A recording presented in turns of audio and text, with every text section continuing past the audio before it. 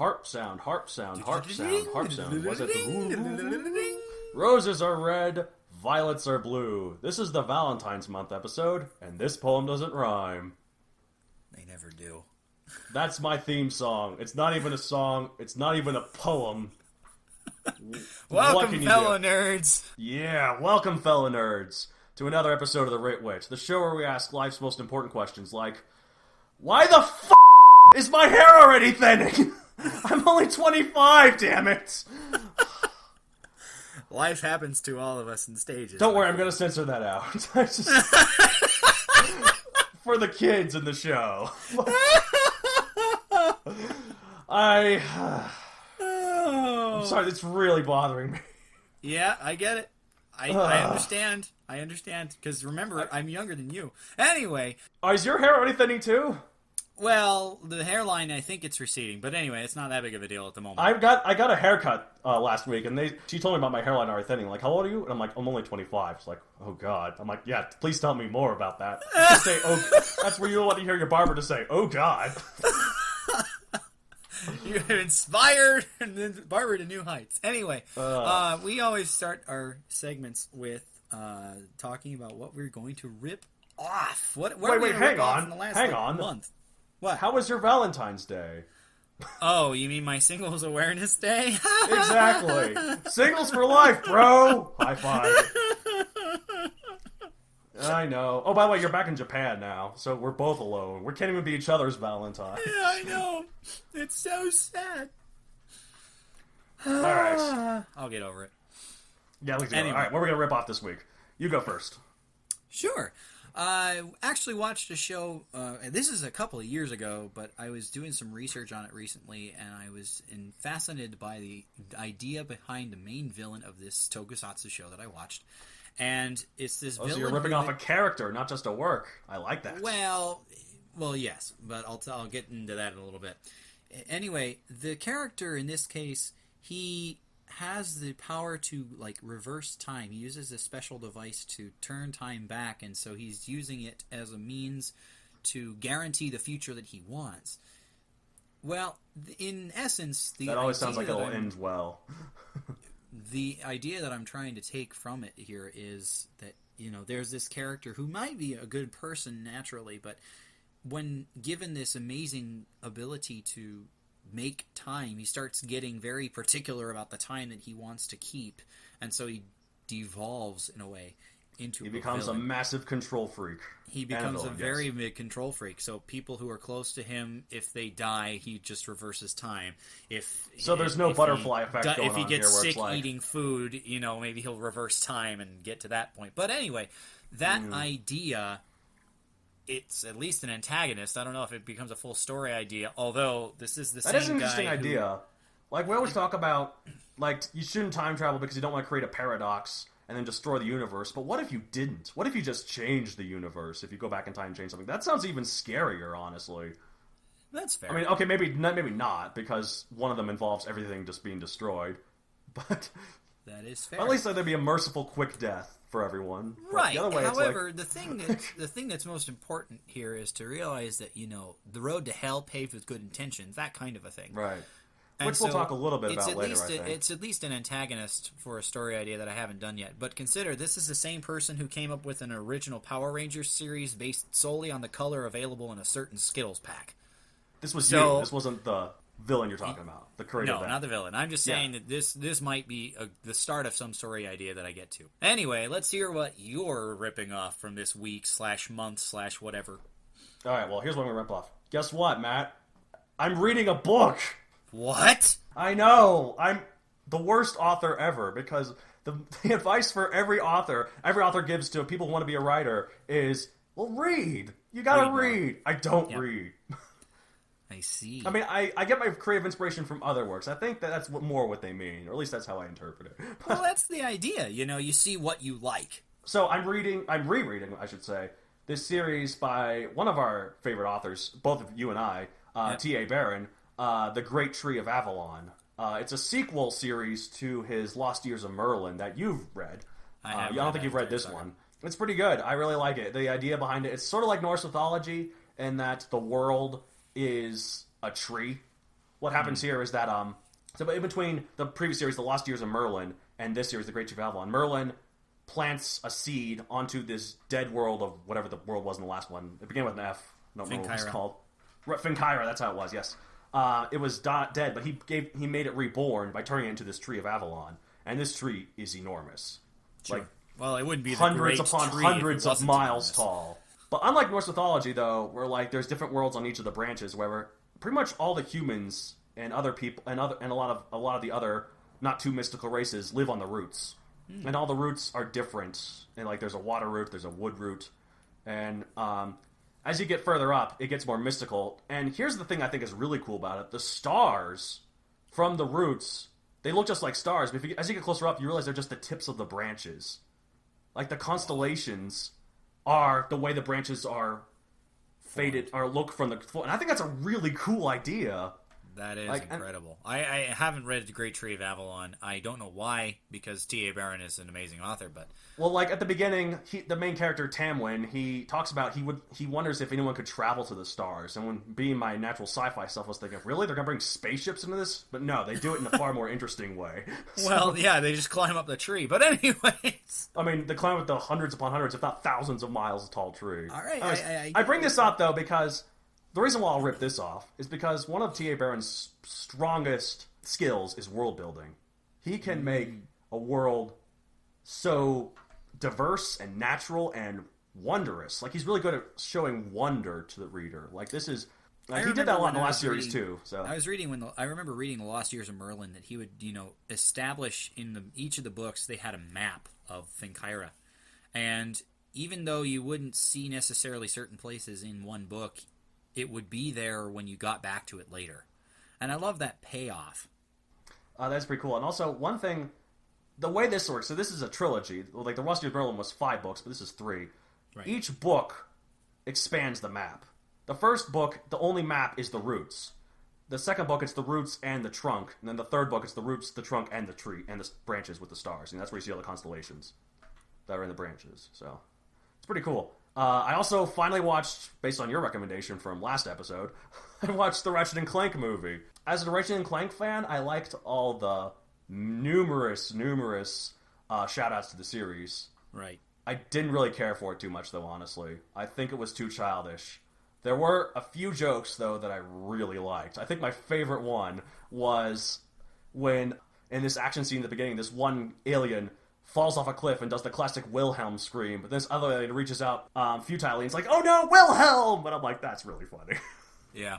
But other than that, yeah, I wouldn't watch it again. It was kind of too I didn't suggest that you needed to watch it more than once, because I wasn't... No, I'm glad I watched it, but I wasn't terribly impressed with it myself. I mean, as we mentioned in the Witties, it was both in best new work of the year and worst new work of the year. No, it was in worst and most underrated. Oh, okay, most underrated. Okay, yeah.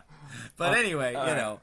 I mean, as a fan, I'm really glad that I watched it. But there's really no hook for me to watch it again. Now, I've seen it once. Right. I've seen it enough. Unlike the games, which I find a lot of replayability value, though. Speaking of the game, I won't get into it too much, but I recently bought a PS4, and the game itself is pretty good. Like, I won't get too much into it because I know you'll get jealous. you in Japan. But the game itself is really good. The nice thing is that they incorporate a lot of clips from the movie as cutscenes, so that's kind of cool. Kind of makes it all more interconnected. So you saw the movie first, or did you watch the... No, I saw the movie first. The movie first. Now, in order not to talk too much, so we can move on to the next episode, I'll save this next one for the episode after this one. Well, I'll get more to detail. But, real quickly, I just finished Moana, like, tonight. I was watching it, and I liked it. I liked it a lot. However, the one comment I'll make before we move on, this bothered me way more than it should have. Near the end, I don't want to spoil too much, but near the end, okay, near the very end, the way I'm not going to spoil is by not giving out details. Moana inadvertently puts to a halt a generations-long family tradition due to structural problems. I'll just leave it at that. And if you've seen the movie, you should know what I'm talking about. That bothered me way more than it should have. Oh, yeah, absolutely. You know what I'm talking about? That's pretty normal. It's been long enough that I don't remember all the specifics, but it involves a shell. Let me just put it that way. A shell. Right. Structural. Anyways. You don't need to remind me. It's okay. Shall we move on to this month's topic? Sure. I think that now that we've discussed what we're ripping off, which has nothing to do with what we're going to talk about in either case. Wait. Hey. Segue. Segue? So, how? Moana is a very lighthearted story, isn't it? Oh, jeez, you did that. Totally unplanned, by the way. You know, Perfectly but calculated. it was a pretty perfect segue. No, I was going to make the joke that because we were both single on Valentine's Day, that we must be light of heart. Well, hey, maybe I should mention something. Oh, you're going to finally tell me about this now. Yes, no. I met a girl, and I really love her. Here's the thing, though. I stole her from you. Oh, you stole her from me. Is that the girl called Loneliness? Oh! Yes, that is her name. Yes, that's her name. Loneliness, June Isabella, the third. June She's a Isabella. great gal. Why is her last name Isabella when her first name is Loneliness? I don't understand. But anyway, Isabella, point being, son, Isabella, daughter. All right, go. The point being that we are talking about stories that are light-hearted. Hard, obviously, in honor of Valentine's. We don't know anything about romance. Like I said in episode 2, I think, we've both been in one relationship, and we're not experts on romance. And we're not experts on romantic stories. Yeah, and, romantic stories, there's certainly a big market for those kind of things because we all like hearing about stories that end happily with the couple in love and whatnot, but it's not our forte. So we're just going to talk about light-hearted stories. And, light-hearted probably has a different definition for a lot of people. So we have to start this conversation by asking the question, what constitutes light-hearted? Because, it's a much broader thing than you might think. Like, I don't think it just means kid-friendly, but we'll get into that later. I also don't think it just means funny. But, again, we'll get into that later. Yeah. Although, I guess, speaking of funny, we should maybe mention, can it have any sad moments? I feel like it can, but there's probably a limit. Is there a limit? And what is that limit? I tend to agree with you that there can be sad elements to it, but I think if you're going to have like a truly sad moment, like a death or something, that you can only have a handful before it stops being lighthearted. Right. The thing is, the Don Bluth mentality for almost all of his films, especially his ones from the 80s, are sad, sad, sad, sad, sad, sad, happy ending. It's just it's just not even a roller coaster. It's a descent into hell. Traumatizes all the kids that watch it up until the ending where everything's okay. Sudden lift hill back up to heaven, yeah. I don't think that counts then. Now, Don Bluth's later movies, like A Troll in Central Park, they're probably lighthearted. But you tell me American Tail is lighthearted. No, I wasn't going to tell you that. You might have heard me say that. The sequels are probably pretty lighthearted. Listeners might have heard me say American Tail Land Before Time when you first started talking about Don Bluth, Donald. Anyways, I always think of a certain, I think of the Disney princess films and, maybe Pixar as companies that really have a lot of lighthearted fare. I mean, it's not perfect. Not all of them are, of course. Yeah, but, some of them I think they're all pretty lighthearted. At the very least, they have all lighthearted moments, but some of them really tip the line. Like Up, for instance. Up has a lot of lighthearted elements. Squirrel! Like, it has these talking dogs. I mean, they talk through a collar that this person controls from, and it's really funny. And it has this giant, colorful bird, but at the same time, it deals with heavy stuff. Like this old man who lost his wife a while ago, and he's still mourning for her, and he feels like he doesn't have really a reason to live, but then he decides to go on their final destination trip that they go to, and he can't, and he learns to the message at the end is, these are our adventures, now go make your own. So he moves on. He never forgets his wife, but he moves on. That's heavy stuff. Sure. But is it the most important part of the story? I'd argue when yes, you talk about morals, you talk about messages being left with an audience, and I think if that's the main selling point, that it certainly could. I think it's the main selling point for the adults. The kids go and like to watch the talking dogs, and the junior scout who's we're best friends to all the animals. Full disclaimer, I haven't actually experienced many of Pixar's films. That's right, because you don't watch anything ever. I would consider a large amount of their catalog to be lighthearted, but I haven't seen Up as one example. Why would you have seen Up? That would make too much sense. Why? Because that would make too much sense? Yeah, it's just only a classic movie. Well, You haven't seen any classic whose movies, definition though. of classic? But the issue It's a here modern is not classic. that. I mean, like, I think there's a certain amount of stuff we can assume about the audience. The audience is not going to enjoy, shall we say, heavy stuff a lot, unless you package it in bright colors and flashy elements, kind of like the giant bird and such. Right. But, other than, I mean, if you have a handful of sad moments, that doesn't necessarily take it out of being lighthearted. Oh, right? no, absolutely. I think not. you can have a handful of sad moments, but if you have more than a handful, you're passing into other realms, other type of things. Otherwise, lighthearted stuff, yeah, I think it's more family-friendly humor. Right. More lighter concepts. See, I disagree on family-friendly humor. We'll get to that. Like, all right. I think... okay... Typically, I did say typically, because I know exactly what you're thinking of. And I don't think... I'm also going to discount humor. I don't think lighthearted always means funny. I think they go hand in hand quite a bit. But, like, my argument for this is that look at a lot of stuff for, like, little kids. Like, we're talking about shows that you'd see on Disney Junior, or, or like those, like Roly Poly Oly. That's from way back in the day when I was a kid, but yeah, that is very lighthearted. I don't think it was meant to be very funny. It was meant just to be more things to entertain your kids for 20 minutes. Well, back to the idea of light concepts. You're not asking them to delve too deep into the emotional thing. You're not asking them to process too much. That kind of stuff is lighthearted. It doesn't have to be funny, though. Right. I'm just saying if there is humor, that it would be family-friendly. Right. Well, actually, I don't do that either. Maybe not. Lighthearted doesn't necessarily preclude unfunny. Right. As long as the humor is family-friendly, the idea is family-friendly, it doesn't have to be funny and still can be lighthearted. If you have weighty concepts, well, that doesn't really seem light to me, does it? Well, I'm gonna disagree here. All right. Actually, I think we're gonna have to skip a little in our notes here, because I feel like this is a better point to go on forward rather than what we have here, because I think we're segueing into it already. I don't think lighthearted always means kid-friendly. The example I give is this first-person shooter called Team Fortress 2. Now, I heard you've never played it, or not even familiar with it. Yep. Right. I'll tell you what, Google Meet the Team. I mean, don't do it now, but... Meet the Team? Team on Team Fortress 2, because the whole point...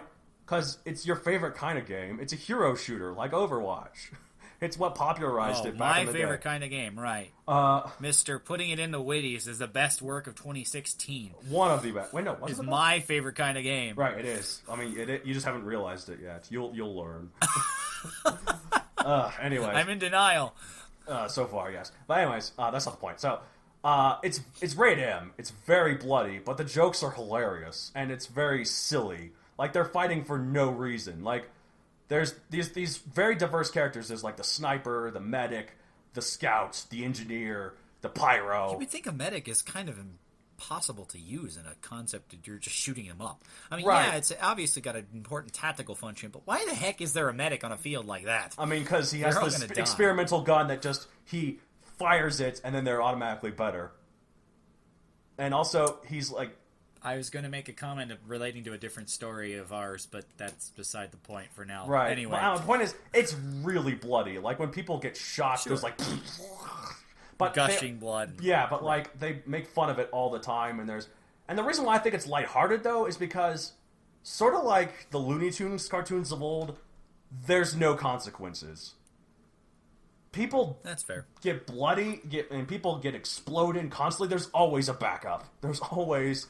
someone to keep this eternal red versus blue fight going. Unforeseen consequences. Like there's also the this will make kids more violent consequence. There's this. What I mean, okay there's no consequences in story. Like just because this pyro gets horribly killed, he's fine later. So that's why I think it's lighthearted. There's no serious consequences in story. Well, sure. I mean, I mentioned earlier, lighthearted is light on concept. We aren't asking the consumer to get too emotional. There aren't so many sad moments that they stop thinking about how nice it is. Right. And they don't have to really think that much. Right. It's a shoot 'em up game. The point is simple. You point, you fire, you hope to win. Especially if you're right? the heavy who he just stands there, gets a really big gun, and he goes. It's It just wastes people. That's fair. But, because it involves not being so crazy emotional, like depressed emotional, and it doesn't require much thought. This is why lighthearted gets associated with kid-friendly, but I don't think that means all the time. Right, exactly. Like, this is... I mean, I'm sure there are other exceptions, but this is the one I think... What about Family Guy? I know some of the humor can get pretty dark. I'm sure you haven't seen a lot of it, but... I've seen more of it than you have, I bet. I've seen a few episodes. But okay, so do you think that's lighthearted? I know some of the jokes can get pretty morbid, but... I definitely don't think South Park is lighthearted. I think it's intended as lighthearted humor. Right. Family Guy and American Dad are kind of that same... I mean, Seth MacFarlane specializes in that kind of content. And it's certainly not kid-friendly. Right, that's what I'm saying, so yeah. But it is lighthearted. You have to have a certain adult sense of humor about it, but one of the main characters in Family Guy is this... Well, he's an idiot. If you don't know, Peter Griffin, look him up. He's hilarious.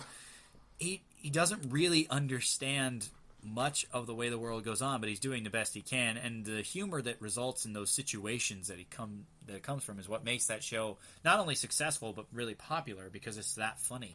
Well, plus, there's a dog. It doesn't take very much to watch, and who talks. It doesn't take very much to understand. You don't have crippling sadness in the regular episode. It's a very light-hearted fare, not kid-friendly by any means. But very light-hearted fare. But are they always funny? Like I said, no, because I think they, like, for more super kiddie stuff, they don't try to be funny, they try to be lighthearted. I don't know. I need to think of another example, but no, I don't think... I mean, I expect that most of the lighthearted things are going to be funnier than, like, serious fare. I think lighthearted often means funny. However, funny only sometimes means lighthearted, so... There's a lot of dark comedies out there. Well, and consider humor is kind of universal, right? Compared to lighthearted is just an opinion, in a way. We might consider something as lighthearted that someone else might say is not at all. But humor, humor I think is it's the whole point, humor of first world problems, I think, is sort of like that. Oh no, I have to move my laptop over here because the outlet that I want is right there, but my computer is about to run out of batteries, but I don't want to move. Oh no, I have to turn a fan on so I can actually use my computer as long as I want Speaking of which, how's that doing? I think it's going fine. It doesn't seem to be having any problems. Listeners, if there's a big cut, I'll try to edit it out as best as I can, but now I guess I don't have to because I'm telling you. Yeah, you're not exactly... His computer might possibly shut off in the middle of recording, so... Here's the hoping that doesn't work. Difficulties of doing international junk. It's not always nice. Clap your hands. That's not lighthearted, actually, at all. Anyways. Well, so... I'm trying to figure out a way to segue from that. Okay, oh, no, I got it. If this records the whole thing without turning off, I'd say this recording of the podcast has a happy ending, doesn't it? I tell you and what, on that I don't note... know if I've met people who have more forced segues than you do. And on that unforced, totally natural note... Totally natural, yeah. Do lighthearted stories always have happy endings? I have my opinion, but I'm curious to see what you think. I think yes. There can be bittersweet parts of the ending, but I think overall the conclusion has to be overall positive. Because I feel like if you have a lighthearted story overall, but it ends kind of sad, unless it's like a satire, like I haven't seen, okay, in terms of classic movie I've never seen Doctor Strangelove, but from what I'm told, the ending of it involves all the nukes going off and just the world being destroyed, but there's like a fun song being played during it, or the footage of all the nukes. That sounds satirical to me, but it also sounds lighthearted. But it's not lighthearted. Well, sure, but is that really a happy ending? It's not a happy ending at all. Literally everyone dies. So, I don't think that's lighthearted. But it's... So I'm saying, like, the point that since it's trying to do a funny song, it's trying to seem lighthearted, but it's doing it in a satirical way, so it's not. So I think, yes. I happen to agree with you on the happy ending thing, but I just want to point out that just having a happy ending doesn't necessarily mean it's lighthearted. Go back to American Tail. Yeah, Don Bluth. Oh, I'm psychologically damaged, but I require so much therapy, but at least Fievel finally found his family. And the Statue of Liberty Yeah. winked at him. How nice. I think that's what I did. I mean, I haven't seen it in many, many, many years. I can't remember. I honestly... I remember that from my about childhood, but I American remember a Tail is lot the of name. weird things from my childhood that weren't real. You know, when I was a kid, I used to think Well, that stoplights had little goblins in them that had filtered lights. stop lights? Yeah, they had each jeez. segment, the red one, the yellow one, the green one, had a little goblin inside of it that held a filtered light, and that's how it worked. I see. I mean, I didn't really think that's what it was. Not But that's a necessarily a bad funny image I idea, came but- up with as a kid, because I've always been creative. Not to brag. Well, and there's nothing wrong with that. At least being creative. I'm more Maybe creative than you bragging are. thing. That's me bragging. The humble brag. Well, we're both better than whoever's listening, so what does it matter? And I'm better than you, so that means I'm better than everyone. I don't know about everyone, but Sorry. I don't think it works like the transitive property in math. Yeah, it is the That's transitive the property. case. If A equals B and B equals C, then A equals C. That's the Thank you transitive for property. explaining the joke. You were asking what the transitive property was. Why shouldn't I explain it? No, I didn't. I Yeah, was. you did. You assumed, based on the transitive property, that because you're better than me and we're better than you, that you're better than everyone. Yes. Moving on. But anyways, it's one of this. Back to our happy endings question. You know, there's a reason that maybe not all, but certainly the bulk of fairy tales end with the happily ever after thing. Mm-hmm. I mean, even if it wouldn't happen that way in real life, even if the stories that our Disney movies or Pixar movies are based on don't actually work out so nicely in real life, Right. you know, lighthearted fare, they can't really end with an emotional downturn, can they? Because it's not The lighthearted. ending Like, I of feel Up- like the ending defines the a ending of Up story. is A positive. story's tone is specifically. Well, consider the parts that are going to stick with a consumer most. Mm-hmm. You've got the beginning, you've got the end. Maybe a moment, a flashpoint moment in the middle, or the climax. Right. Well, there can be like a big action sequence in the middle of a lot of movies that are like, Right. oh, that's No, like- I'm saying the flashpoint moments though. Right. But other than that, the viewers are going to remember the beginning. They're going to remember the end. The stuff in the middle kind of goes away. It's It kind of depends, like but whether. yes. It's kind of like when we think about how does Toy Story end, but we don't really remember how exactly they get there. To use another Pixar film. Which one? Because I feel like Toy Story 3 Well, isn't the lighthearted. first one. I haven't seen Like, Toy Story 3, Oh, so I can't right. use that. Okay, well, spoiler alert, they all get burned into incinerator. Is that true? You find out. You find out. I have no reason to know. But anyway, All right, it's well- one of those. But, you know, if it doesn't end happily, Mm-hmm. it's kind of hard to consider it lighthearted. Okay, but I think the ending defines the whole story, even if the whole story is the way it is. Like, I feel like, okay, spoiler alert, they didn't all die in the incinerator. I mean, in case you were concerned. But I wasn't. But anyway. let's say if they had. Let's say because there actually is a point where they almost get burned in an incinerator, but then they get saved, right? And it's a pretty dark moment because they all kind of like accept their fate and they all hold hands, but then they get saved. Fun moment. Anyways, I mean not fun, but it. Anyways, let's say they did. Let's say they didn't get in saved. its own way.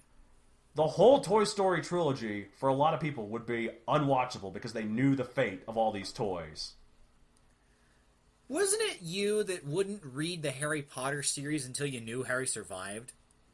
Yes, I'm not going to deny that. We all have our faults.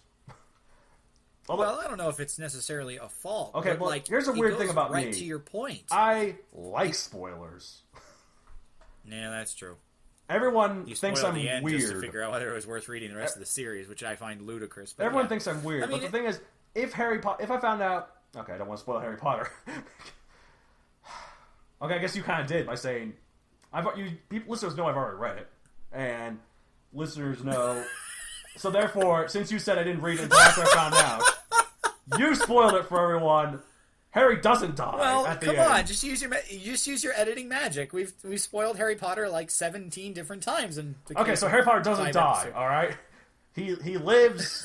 He has how many kids? You know, it doesn't matter. Okay, so I remember, but I'm not going to say it in case you don't. all right. Anyways, it's one of those so things, like, what I point is though, like if he had died, I wouldn't want him to waste my time with the series because I would have been dreading that whole thing. So that's why I like spoilers. I don't see why you would regret reading it the first time. No. Because, you know, the adventure that she takes you on is well worth it. I mean, It's this not is about my the destination, opinion it's on- about the journey. But I mean, with stories in general, be they in movie form, comic book form, maybe just regular old novel form, Mm. you know, it's nice to spend the time figuring out the world, getting invested in the characters, and hopefully it works out. It doesn't always, but it's the same with life, right? Right. Now, for lighthearted fare, you want it to end well. Right. But that doesn't mean you're guaranteed a happy ending. There are going to be parts of it that aren't as nice. There are going to be parts of it that aren't as good. That bittersweet angle. Okay, well here's here's Grandpa an example I can died, think of. but we're making the best of life without him. Here's an example I can think of. One of the more lighthearted Disney movies is Aladdin. It's very lighthearted. Hardly anyone would ever tell you it's dark, right? Fair. Now, I'd argue that one of the Moments, direct-to-video sequels is kind of dark.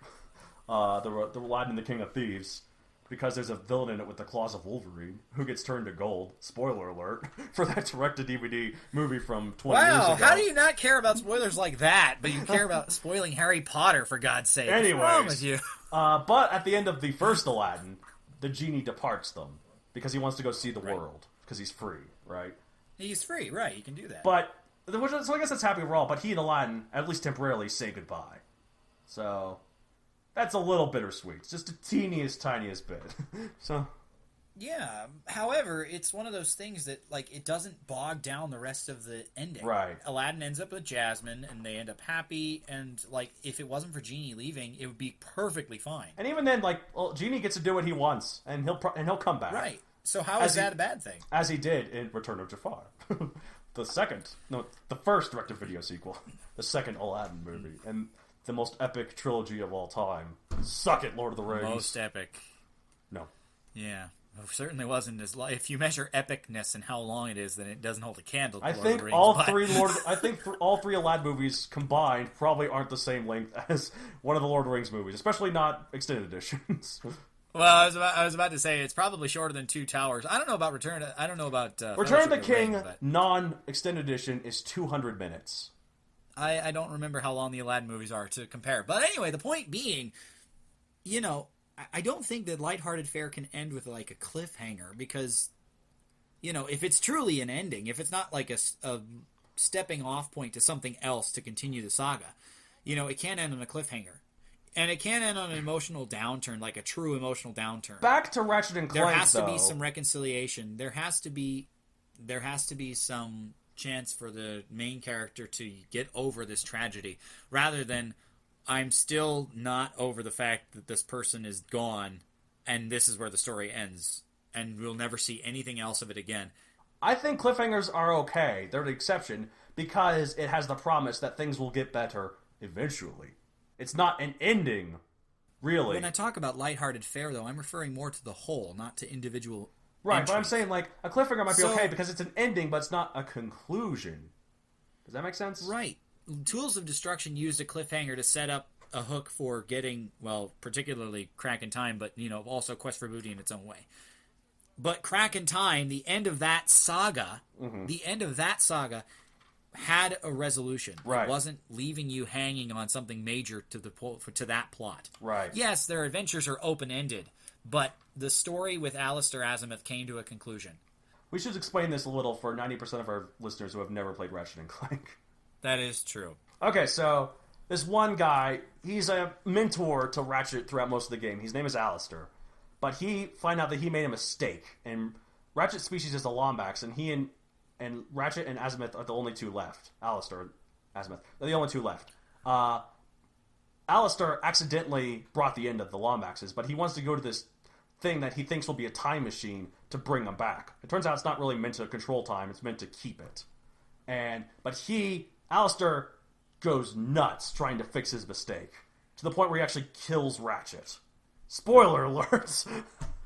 Gee, you just are so unwieldy with those things. But anyways, okay, fine. Even more spoiler alert. But spoilers, Clank brings him back. Consider going in with spoilers that, the whole thing of Azimuth's journey is that he expects that he can put everything right, and if there's one more casualty that he can also fix, yeah, because he thinks he's going to save Ratchet in the past too.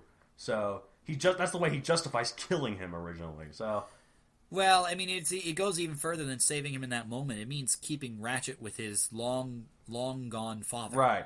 But, so the thing is, like, this is a pretty serious conclusion to a series that is very lighthearted normally, so... I mean, it does end. They managed to talk some sense into him, and he stops the universe from being destroyed by the time machine that he's using incorrectly. Which ends Azimuth's life instead. Right. But he does that willingly, so... Heavy stuff, but I think it's still pretty lighthearted, so... But it's an end. Mm-hmm.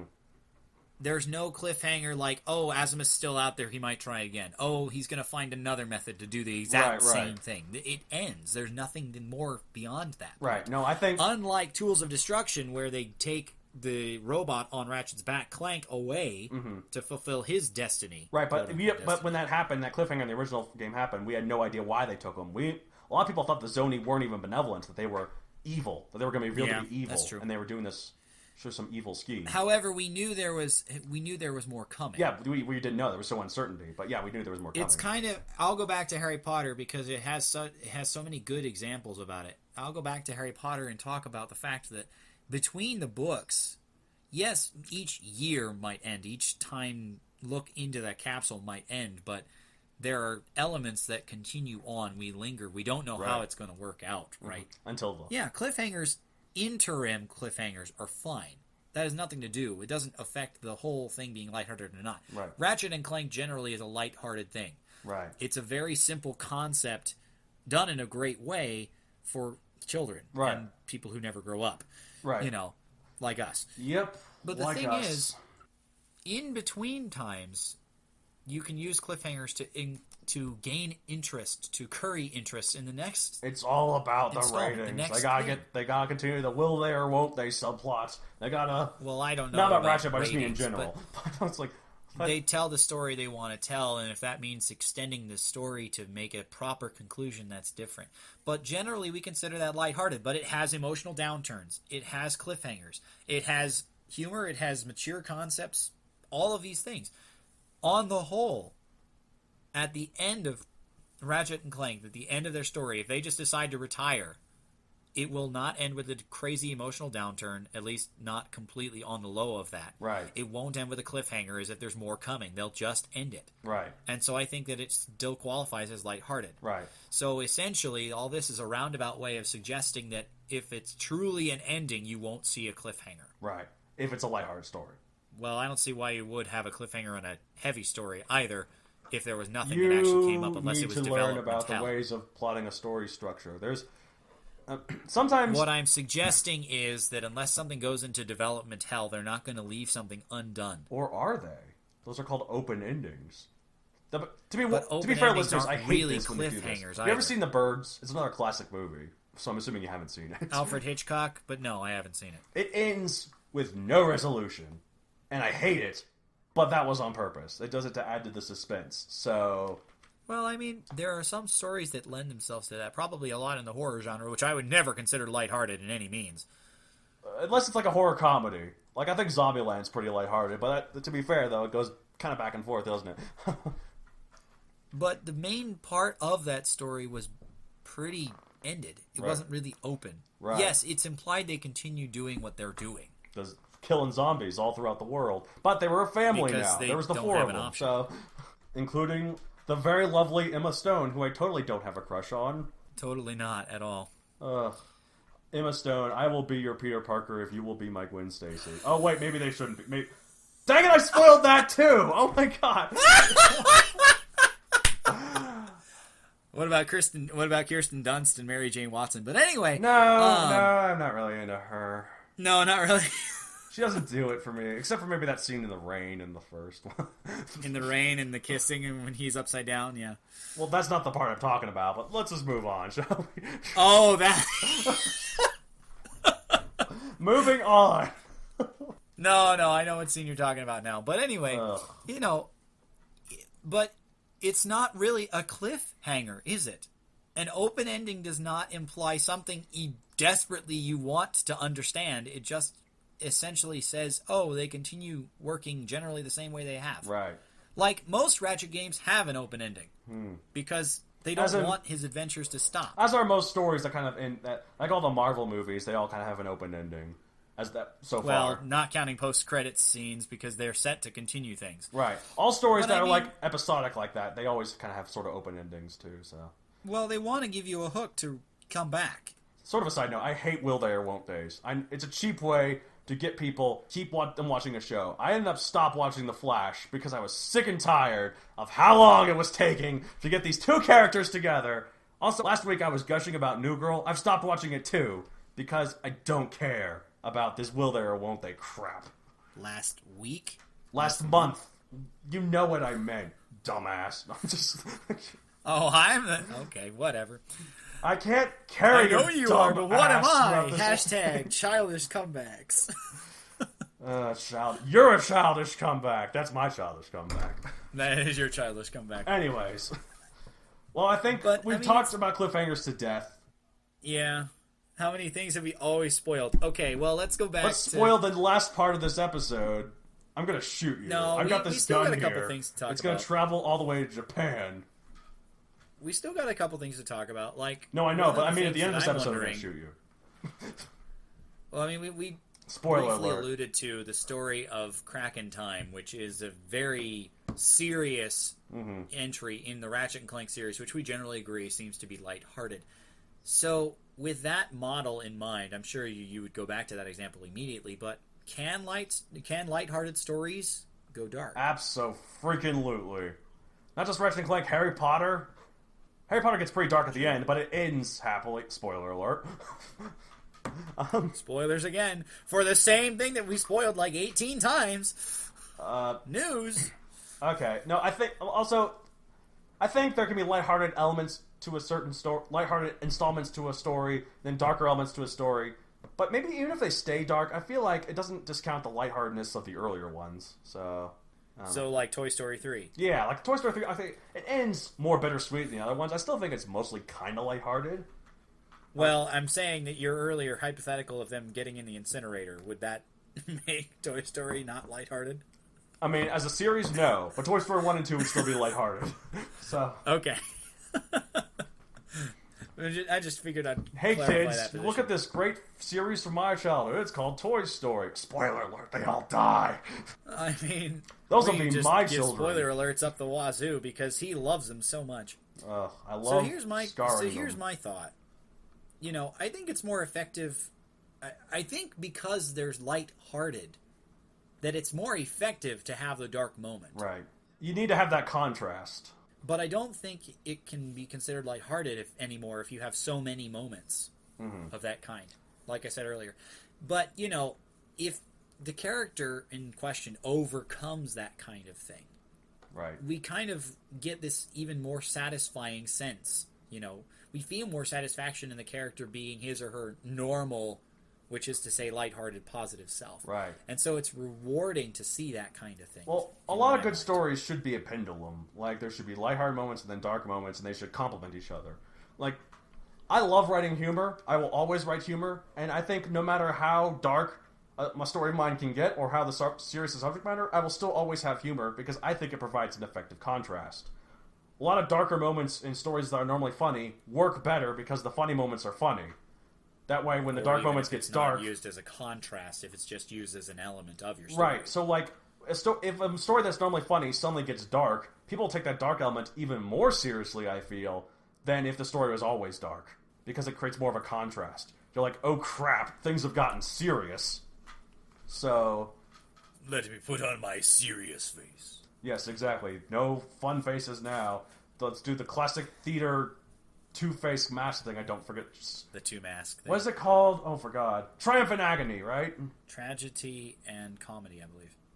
Tragedy and comedy are the two masks, if I remember correctly. Well, yeah, but I wasn't sure if that was the name. If there was a name for both. I don't know. Well, Listeners, tragic email comic, us I in. guess, Oh, but- speaking of which. Oh, no, I'll get to that later. What? We'll get to it later. Just hold your horses. I'm not going to spoil this one. Like I've spoiled... Oh, wow. How thoughtful. I've already spoiled they're going to shoot you at the end of this episode, so just... So I'm not going to spoil this part right You before can't that. keep doing the podcast without me, I thought. I guess I'm not that important to you anymore. Oh, you know, this is a Valentine's month. It's all about breaking hearts. It's all about putting them together. Breaking hearts? No, that's Singles Awareness Day. Valentine's Day is all about love. This is about people who were together and then are broken apart, like through complex so struggles. Apparently our friendship is breaking apart. Yes, because I got this gun here, and it's going to traverse across the entire Pacific Ocean. The bullet or the gun? If you give me the gun, it won't do anything. Okay, the bullets, and then followed later by the gun, which will tap your lifeless body as a joke. I see. Anyways, as a joke, because my body will already be lifeless. I think we should wrap some of this up, though. And not because I'm really getting eager to kill you. Like, I mean, I am, but let's ignore that. Okay. It's not has nothing to do with that desire. So Jeez. I think we should summarize the key differences between a lighthearted story and a darker one. In my opinion, it's more about idealism versus cynicism.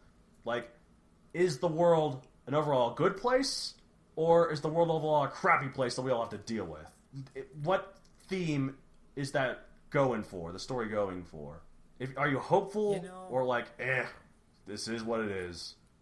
I think you're onto something, because if you look at like the cycle of a life when you're young, mm-hmm. you have all those dreams and they change every day, and you've got all of this world in front of you. It's your oyster kind of a thing.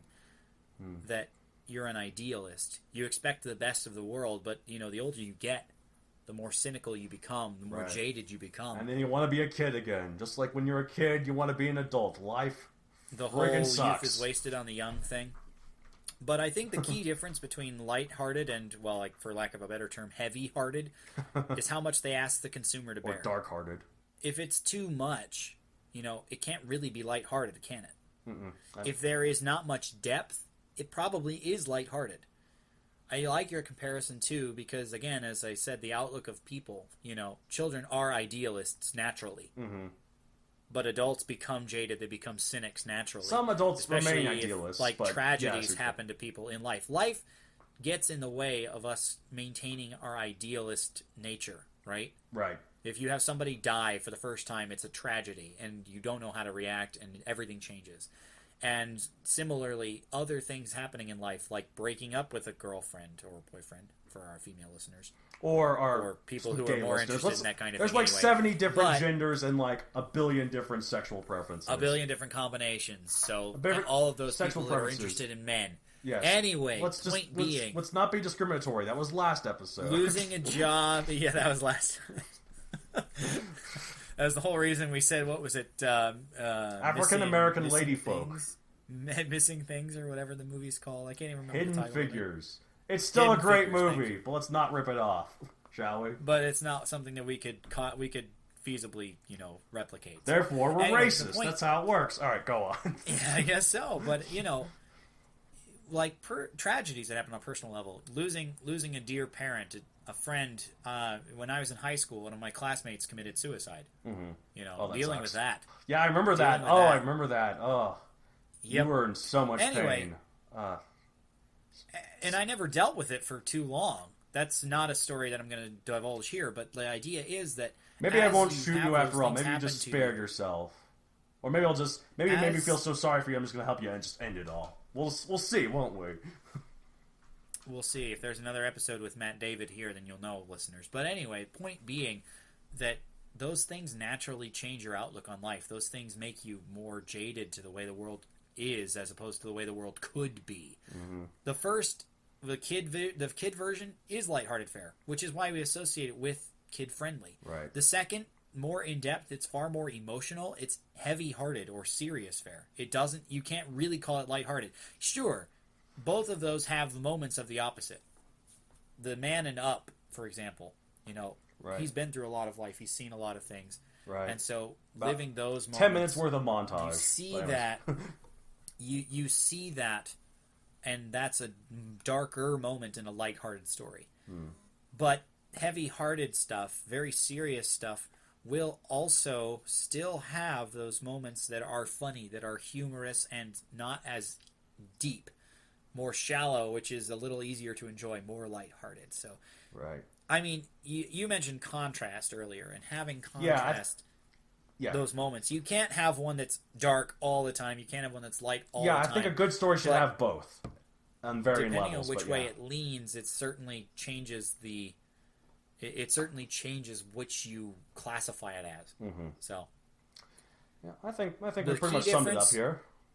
The key difference being, how much are we asking you to deal with? Are we asking you to cope, or are we just asking you to enjoy? Escapism versus whatever copism, whatever the word is for the other one. Facing reality, I guess. Realism, I guess. Escapism versus realism. Bloody hell. I'm an English major. Why do I not know that? Anyways.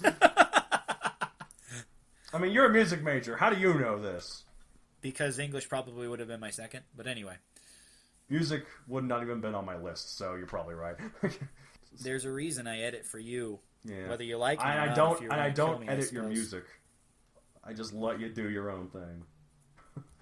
Oh, so you're suggesting I should stop editing your writing?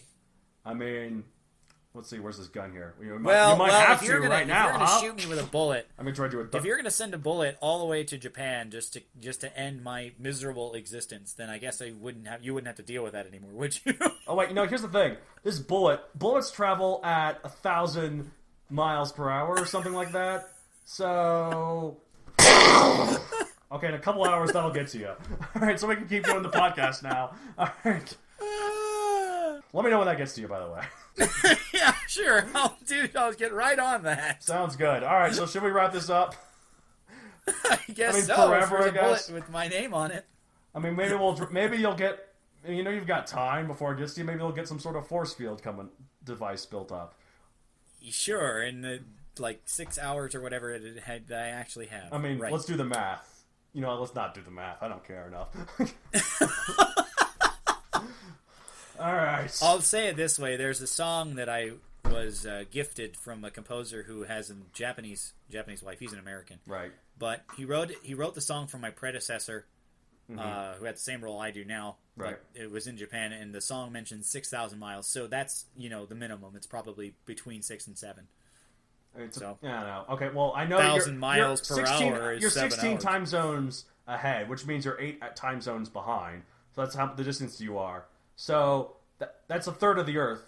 The Earth's circumference is about 22,000 miles. I thought you said you weren't doing the math. Anyways. Damn it! I've been tricked by my own... I don't even know what I've been tricked by. Maybe I'll just shoot myself after this. Sir. Maybe you should what? I think I'll just shoot myself right now. After this. No, don't do that. You have so much to do with your life. You're only 25, even if your hair's already thinning. Oh, thank you for reminding me. I'm just bringing it full circle. I'm dead. Dead people don't whisper like that. Anyway. They don't whisper at all. If you're dead, you're gone. If you're dying, you might be able to say something. Anyways. Well, listeners, there you have it. A bullet to his head has done him in, and there's one on its way to me that will magically get here in a few hours. That joke was so funny. I guess that I'm this alive. is the final. I guess this is the final episode of the Writ Wit. So thanks for bearing with our inanity. And remember, us two twits that talk about writting may not be great, but we know we are better than you. Indeed. Hey, by the way, spoiler alert! I didn't really shoot a bullet your way. You're safe. And spoiler alert, he didn't really die. So I guess we'll see you next time, listeners, but hopefully you'll tune in anyway! Alright, so long. My beautiful hair, where is it gonna go? Where is it going? Down Why a doesn't my drain. hair love me anymore? Apparently his hair is light of heart, too. I never drink. I'm gonna go to the bar right now. See you guys later. Peace out. From Matt David. And Matt Donald. I guess we'll see you next time. Maybe.